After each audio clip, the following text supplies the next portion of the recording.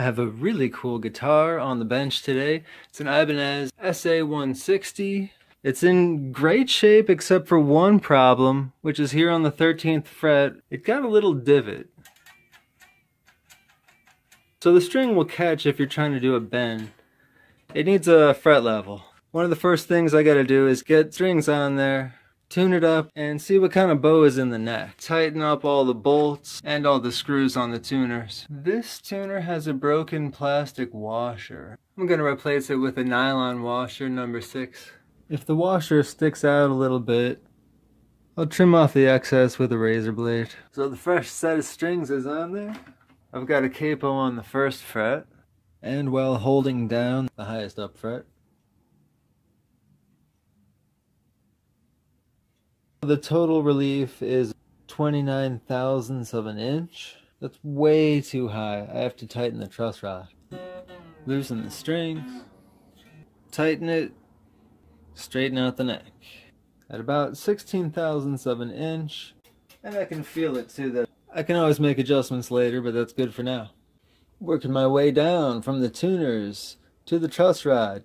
Next is the nut. Measuring the action over the 1st fret. It's way too high, of course. I want it to be about 15 under the high E and about 18 under the low E. Although I put 9 to 42 gauge strings on there, I'm going to set it up to be compatible with slightly thicker strings. We got the high E down to about 13 thousandths of an inch. Low E is below 24 thousandths of an inch. That's good for now. I'll do the fine tuning later. But the next step is to adjust the height of the saddles on the bridge. So making some adjustments. So the action under the high E string at the 12th fret is about 3/64ths of an inch. Under the low E it's 4/64ths of an inch. It's time to see how it plays.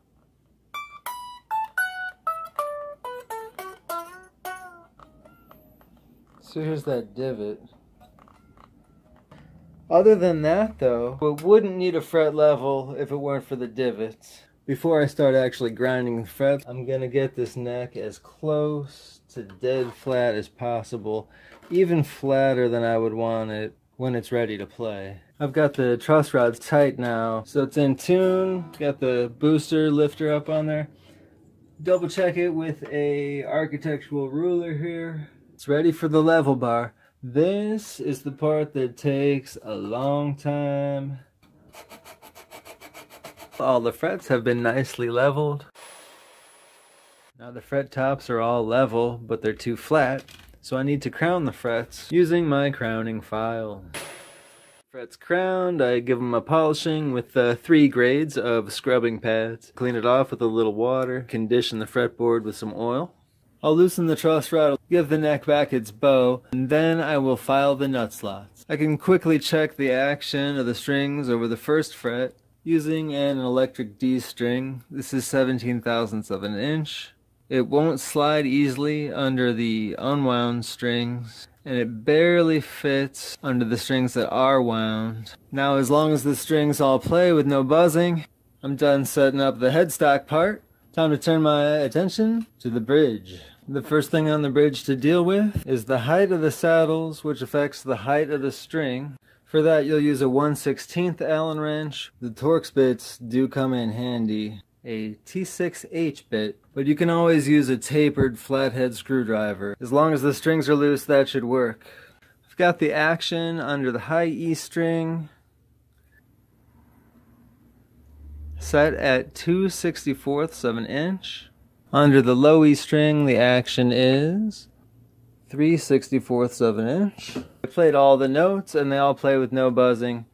I'll do a thorough demonstration later, but I played it actually quite a bit. It plays great like that. Next I'm gonna check the guitar's intonation. So the E string's in tune. Now I play the E note an octave up.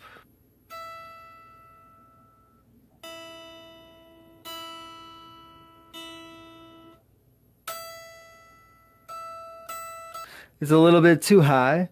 That means the saddle needs to move down, make the string longer. I need to tighten this Phillips head screw. Of course I have to loosen the string.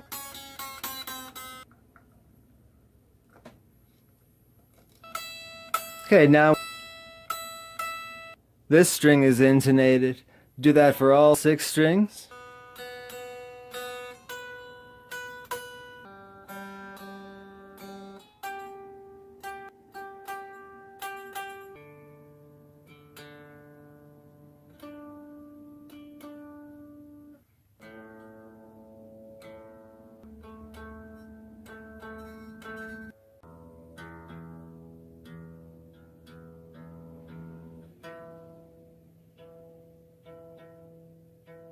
Great, so the next thing I would adjust would be the height of the pickups. I've set the height of these pickups to be as high as they can be without the strings touching them while you're playing.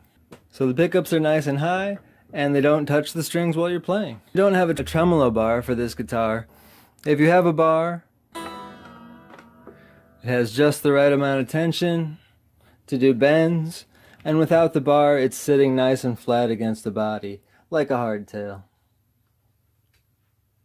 I think it's all done. I've already tested out all the electronics, so I know they work.